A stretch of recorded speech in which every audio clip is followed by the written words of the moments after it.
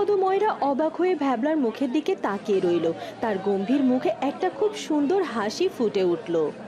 ভ্যাবলা ভাই, তোমাদের বুদ্ধি আর মনের কথার তুলনা নেই গো। আমি মিশে তোমাদের শত্রু ভাবতে গিয়েছিলাম। তুমি ঠিকই বলেছ। আমরা আমরা একসাথে মিলে মিলন সন্দেশ তৈরি করবো। পুরো হাটের মানুষ অবাক হয়ে যাবে। ক্যাবলা আনন্দের চোটে তার কোমর থেকে শালপাতার বাঁশিটা বের করে এত সহজে তার চালাকি ধরে ফেলবে। আমাকে আমাকে ক্ষমা করে দিন নিতাইদা। ব্যাবলা ভাই, আমাকে ছেড়ে দাও তো, আজ একটু দুধ। মধুপুর রাজ্যের সুরেশপুর গ্রাম। বিকেল বেলা পুরনো পঞ্চায়েত ঘরের সামনে প্রচুর মানুষের ভিড়। পঞ্চায়েত ঘরটাকে খুব সুন্দর করে পরিষ্কার করে নতুন চারদিকে প্রচুর সাধারণ মানুষ স্বেচ্ছায় ইট আর কাঠ কাজ করছে। রাজপুত্র অরুণ অত্যন্ত মনোযোগ দিয়ে স্থপতির সাথে কথা বলছেন। মধুপুর রাজ্যের তাঁতিপল্লী। রাতের বেলা চারদিক নিস্তব্ধ। রূপমঞ্জুরি এবং মধুবালা তাদের মাটির ঘরের প্রদীপের আলোয় বসে রেশম সুতোর বাক্সগুলো গোছাচ্ছে। তাঁতিমাসি একটা বড় ঝুড়ি নিয়ে ঘরে ঢুকলো। ঝুড়িতে ভর্তি শুকনো নিমপাতার পরিষ্কার নতুন খড়।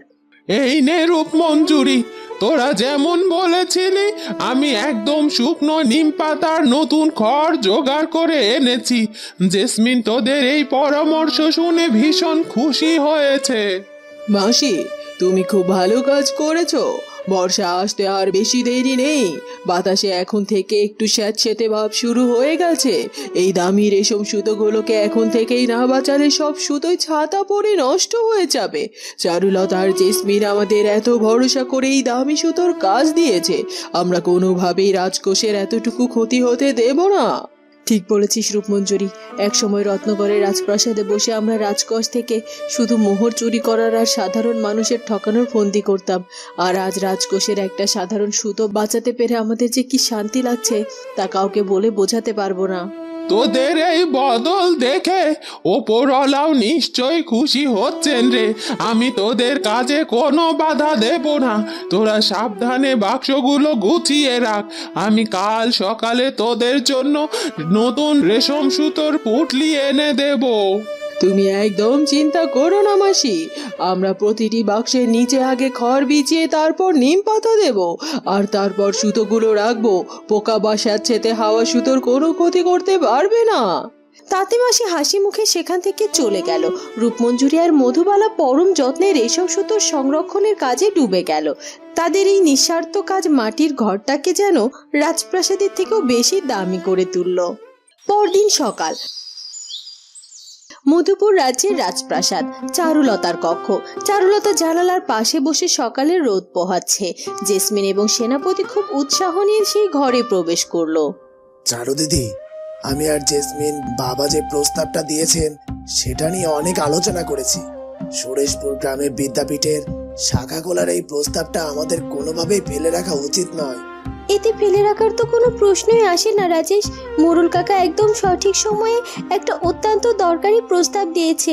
গ্রামের কৃষকদের পক্ষে সারাদিন মাঠে হাড় ভাঙা খাটুনির পর এই মধু রাজ্যে গিয়ে পড়াশোনা করা সম্ভব নয়। আমাদের সুরেশপুর গ্রাম থেকেই মধুপুরের বিদ্যাপীঠের কাজ শুরু করতে হবে।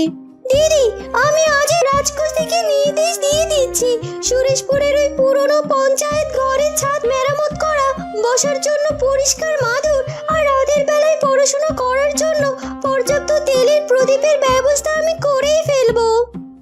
শুধু তাই নয় জেসমিন, যারা গ্রামের বয়স্ক মানুষদের পড়াবে তাদের জন্য রাজকোষ থেকে একটা নির্দিষ্ট সম্মানীয় ব্যবস্থাও করতে হবে। বিনা পারিশ্রমিকে তো আর কেউ রোজ নিজের সময় দিতে পারবে না। আমাদের নিশ্চিত করতে হবে শিক্ষকরা যেন সম্মানের সাথে তাদের কাজ করতে পারে। চারু দিদি, আপনার এই দূরদর্শিতা আমাদের রাজ্যকে অনেক দূরে নিয়ে যাবে। বাবা শুনলে আনন্দে আত্মহারা হয়ে যাবেন। তিনি তো কাল থেকেই পঞ্চায়েতের ঘরের চারপাশটা পরিষ্কার করার কাজ শুরু করে দিয়েছেন। মোরুল কাকাকে আমার প্রণাম জানাবে রাজেশ। উনি এখন শুধু সুরেশপুর গ্রামের মোড়ল নন, উনি আমাদের রাজ্যের শিক্ষার একজন বড় অভিভাবকও হয়ে উঠেছে। তোমরা এখনই কাজে লেগে পড়ো। জেসমিন এবং রাজেশ হাসি মুখে মাথা নেড়ে নিজেদের কাজের দিকে চলে গেল। চারুলতা এক অদ্ভুত তৃপ্তি নিয়ে আবার বাইরে রোদের দিকে তাকালো। হেমমধু রাজের রাজপ্রাসাদ। সকালবেলা রাজপুত্র অরুণের কক্ষ।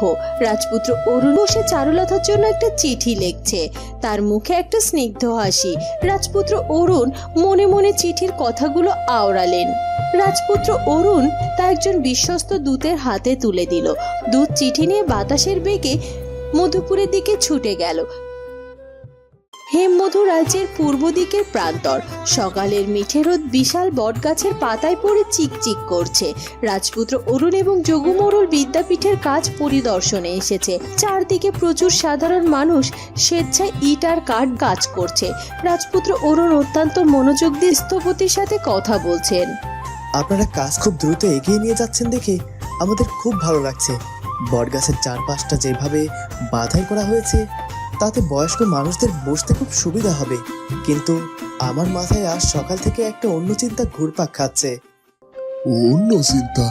বিদ্যাপীঠের তো ইট পাথরের কাজ প্রায় অর্ধেক হয়ে এলো রাজপুত্র, এখন আবার কিসের চিন্তা? বাবা, ইট আর পাথর দিয়ে শুধু একটা ভবন তৈরি করা হয়, আসল বিদ্যাপীঠ তো তৈরি হয় শিক্ষকদের নিয়ে। আমরা এত বড় একটা প্রতিষ্ঠান তৈরি করছি, কিন্তু এখানে সাধারণ মানুষের অক্ষর আর হিসাব শেখানোর দায়িত্ব কারা নেবে? আমাদের তো এমন কোনো পণ্ডিত মশাই দরকার যারা শুধু পুঁথিগত বিদ্যা নয়, বরং জীবনের আসল মূল্যবোধ শেখাতে পারবেন। তুমি একদম ঠিক কথা বলেছো রাজপুত্র, আমাদের এমন শিক্ষক দরকার নেই যারা শুধু কড়া শাসন করতে জানে। আমাদের এমন মানুষ চাই যারা সাধারণ কৃষকদের আর তাঁতিদের বুকের ভেতরের কষ্টটা বুঝবে, ভালোবেসে তাদের শিক্ষার আলো দেবে। হ্যাঁ বাবা, আমরা রাজকোষ থেকে অনেক মোহর খরচ করতে পারি, কিন্তু মোহর দিয়ে তো আর মানুষের মন কেনা যায় না। আমি চাই রাজ্যের প্রতিটা কোণা থেকে এমন জ্ঞানী মানুষদের খুঁজে বের করতে যারা প্রচারের আলোয় আসতে চায় না, কিন্তু নীরবে জ্ঞান চর্চা করে। আমি আজই রাজ্যের চারদিকে ঘোষক পাঠিয়ে দেব যারা নিজের ইচ্ছায় সাধারণ মানুষকে বিদ্যান করতে চায়। তাদের রাজদরবারে আমন্ত্রণ জানানো হবে। সারু শুনলে খুব খুশি হবে রাজপুত্র। তুমি শুধু ভবনের কথা না ভেবে বিদ্যার আসল শক্তির কথা ভাবছো। এই বিদ্যাপীঠ সত্যি আমাদের রাজ্যের মাথা উঁচু করে দেবে। মধুপুর রাজ্যের প্রধান হাট। দুপুরবেলা ভ্যাবলা এবং ক্যাবলার নতুন মিষ্টির দোকানে আজ বেশ ভিড়। নিতাই, পদ, ময়রা এবং ভ্যাবলা মিলে হাসি মুখে খদ্দেরদের মিলুর সন্দেশ দিচ্ছেন। হঠাৎ সেখানে গোয়ালাপাড়া থেকে রতন গোয়ালা দুধের বিশাল পাত্র নিয়ে উপস্থিত হলো। আরে ও ব্যাবলা ভাই, আরে ও নিতাদা, এই নাও তোমাদের জন্য একদম খাঁটি গরুর দুধ নিয়ে এসেছি। আজ তো একটু দেরি হয়ে গেল, তাড়াতাড়ি দুধটা মেপে নাও দেখিনি, আমাকে আবার হাটের অন্যদিকে যেতে হবে। দেরি করছিস কেন রে রতন? আমাদের তো ছানা কাটতে হবে। দে দুধের পাত্রটা এদিকে দে দেখিনি। ভ্যাবলা দুধের পাত্রটার দিকে তাকিয়ে একটু সন্দেহজনক চোখে রতন গোয়ালার দিকে তাকালো। রতন দাদা, তুমি বলছো এটা একদম খাঁটি দুধ, কিন্তু দুধের রংটা আজ এমন পাংশে লাগছে কেন? কি যে বলো না ব্যাবলা ভাই, আমার গরুর দুধ আর পাঁচে হবে। তুমি নতুন মানুষ, তুমি দুধের কি বোঝো দেখিনি? আমি 30 বছর ধরে এই হাটে দুধ দিচ্ছি। নিতাইদাকে জিজ্ঞেস করে দেখো। ব্যাবলা, রতন তো বরাবরই ভালো দুধ দেয়, তুমি মিশে সন্দেহ করছো। নিতাইদা, সারু দিদি আমাকে শিখিয়েছে কোনো কিছু সন্দেহ হলে আগে তা পরীক্ষা করে নিতে। আমি এখনই প্রমাণ করে দিচ্ছি দুধ খাঁটি নাকি জল মেশানো। ভ্যাবলা একটা পরিষ্কার কালো রঙের পাথর নিয়ে এলো। তারপর বাটি থেকে এক ফোঁটা দুধ সেই পাথরের উপর ফেললো। দুধের ফোঁটাটা পাথরের উপর দিয়ে খুব দ্রুত গড়িয়ে নিচে পড়ে গেল, আর পাথরের গায়ে কোনো সাদা দাগ বা ছাপ রেখে গেল না। এই দেখো নিতাইদা, দুধ যদি খাঁটি হতো তবে ফোঁটা ফোঁটা আস্তে আস্তে গড়াতো, আর পাথরের গায়ে একটা সাদা রেখা তৈরি হতো। এই দুধে তো অর্ধেকের বেশি জল মেশানো গো। কি রে রতন, এই এই তুই আমাদের সাথে জালিয়াতি করছিস? তুই জানিস না এই দোকানের মিষ্টি রাজপ্রাসাদে যায়? তোকে তো আজ আমি পেয়াদা দিয়ে ধরে কারাগারে পাঠাবো রে। রতন গোয়ালা এই কাণ্ড দেখে একদম কিংকর্তব্য বিমূঢ় হয়ে দাঁড়িয়ে পড়ল। সে ভাবতেও পারেনি যে হেমমধু রাজ্য থেকে আসে এই মিষ্টিওয়ালা ছেলেটা এত সহজে তার চালাকি ধরে ফেলবে। আমাকে আমাকে ক্ষমা করে দিন নিতাইদা। ব্যাবলা ভাই, আমাকে ছেড়ে দাও তো। আজ একটু দুধ কম হয়েছিল, তাই বলে আমি নদীর জল মিশিয়ে দিয়েছিলাম। আমি আর কোনোদিন এই কাজ করবো না। এখন ব্যাবলা একদম ছাড়বি না। আর জল মিশিয়েছে, কাল হয়তো অন্য কিছু মেশাবে। রতন দা, আমরা চাইলে তোমাকে সেনাপতি রাজেশের হাতে তুলে দিতে পারি, কিন্তু আমরা সেটা করবো না। তুমি তুমি তোমার ভুল বুঝতে পেরেছো, এটাই যথেষ্ট। তুমি এই দুধ ফিরিয়ে নিয়ে যাও। কাল থেকে যদি একদম খাঁটি দুধ না পাই, তবে তোমার এই হাটে ঢোকা চিরকালের মতো বন্ধ হয়ে যাবে কিন্তু। রতন গোয়ালা মাথা নিচু করে নিজের দুধের পাত্র নিয়ে দ্রুত হাট থেকে চলে গেল। নিতাইপদ ময়রা অবাক হয়ে ভ্যাবলার দিকে তাকিয়ে রইল। ব্যাবলা, তুমি তো দেখছি শুধু মিষ্টি ভালো বানাও না, তোমার বিচার করার ক্ষমতাও দারুণ। তুমি ওকে ছেড়ে দিলে। নিতাইদা, পেটে লাথি মারলে মানুষের শিক্ষা হয় না। একটু মনোযোগ দিলে মানুষ ঠিক নিজের ভুল শুধরে নিতে পারে। আমরা ব্যবসা করতে এসেছি, মানুষের শত্রু হতে আসেনি গো। মধুপুর রাজ্যের সুরেশপুর গ্রাম। বিকেল বেলা পুরনো পঞ্চায়েত ঘরের সামনে প্রচুর মানুষের ভিড়। পঞ্চায়েত ঘরটাকে খুব সুন্দর করে পরিষ্কার করে নতুন মাদুর পাতা হয়েছে। সেনাপতি রাজেশ, মন্ত্রী জেসমিনের পুরনো মোড়ল সেখানে উপস্থিত। আর সুরেশপুর গ্রামের বিদ্যাপীঠের শাখার সূচনা হবে। সুরেশপুর গ্রামের মানুষেরা, আজ আমাদের গ্রামের জন্য একটা পবিত্র দিন। রাজপ্রাসাদের অনুমতিতে আজ থেকে এই পঞ্চায়েতের ঘরে আমাদের নিজেদের বিদ্যাপীঠ শুরু হলো। সারাদিন মাঠে কাজ করার পর তোমরা সন্ধ্যায় এখানে এসে বিদ্যে লাভ করবে। এই মনল মশাই, আমরা তো সারা জীবন শুধু লাঙ্গলার মাঠেই চিনেছি। এই বয়সে কি আমরা পুঁথির পড়া বুঝতে পারবো? আপনারা অবশ্যই পারবেন রবি কাকা। আপনাদের কঠিন কোনো পুঁথি পড়তে হবে না। আপনারা শুধু আপনাদের নিজেদের জমির হিসেব আর রাজ্যের কানুনগুলো সহজ ভাষায় শিখবেন। চারু দিদি আর রাজপুত্র অরুণ চেয়েছে রাজ্যর কোনো নিয়ম কানুন যেন সাধারণ মানুষের অজানা না থাকে। কোনো মহাজন বা চক্রান্তকারী যেন আপনাদের ঠকাতে না পারে। জেসমিন মা একদম খাঁটি কথা বলেছে। আমি শুধু এক সময় তোমাদের না জানার সুযোগ নিয়ে তোমাদের ঠকিয়েছিলাম। আমার সেই অতীত জীবনের নৈতিক স্থলন আমাকে আজও কষ্ট দেয়। আমি চাই না এই গ্রামের আর কোনো মানুষ অজ্ঞতার কারণে কারোর কাছে ঠকে যাক। আমি নিজেরও সন্ধ্যা এখানে বসে তোমাদের সাথে বিদ্যে লাভ করব। বাবা, আপনি গ্রামের মোড়ল হয়েও যে শিক্ষার প্রতি এত আগ্রহ দেখাচ্ছেন, তা গ্রামের অন্য মানুষদের অনেক বেশি উৎসাহ দেবে। রাজকোষ থেকে আপনাদের জন্য পর্যাপ্ত প্রদীপ আর তেলের ব্যবস্থা করে দেওয়া হয়েছে। গ্রামের মানুষেরা খুব আনন্দে এই নতুন উদ্যোগকে গ্রহণ করলো। সুরেশপুর গ্রামের পুরনো পঞ্চায়েত ঘর আজ একটা নতুন প্রাণের স্পন্দনে জেগে উঠল। জেসমিন আর রাজেশের মুখে গভীর তৃপ্তির হাসি। মধুপুর রাজ্যের তাৎপর্যে রাতের বেলা রূপমঞ্জুরি এবং মধুবালা তাদের ঘরের ভেতরে খুব ব্যস্ত হয়ে রেশম সুতোর বাক্সগুলো গুছিয়ে রাখছে। ভাগ্যিস আমরা কালই দাতি মাসিকে বলে খড় আর নিম পাতা জোগাড় করেছিলাম। আজ যেভাবে হঠাৎ বৃষ্টি নামলো, তাতে এই দামি রেশম সুতোগুলো তো বাতাসে নেতিয়ে নষ্ট হয়ে যেত। আমরা তো এখন আর রাজপ্রাসাদে আরামের কথা ভাবি না রূপমঞ্জুরি। এই সুতোগুলোই তো এখন আমাদের জীবন। চারুমা আর জেসমিন আমাদের ওপর যে ভরসা করেছে, আমরা সেই ভরসা তো এভাবে ভাঙতে দিতে পারি না, তাই না? এমন সময় তাঁতিমাসে একটা পুরনো ছাতা মাথায় দিয়ে খুব চিন্তিত মুখে তাদের ঘরে ঢুকলো। হঠাৎ করে এমন বৃষ্টি নামলো, আমি তো রেশম সুতোগুলোর কথা ভেবেই দৌড়ে এলাম। সুতোগুলো ভিজে যায়নি তো?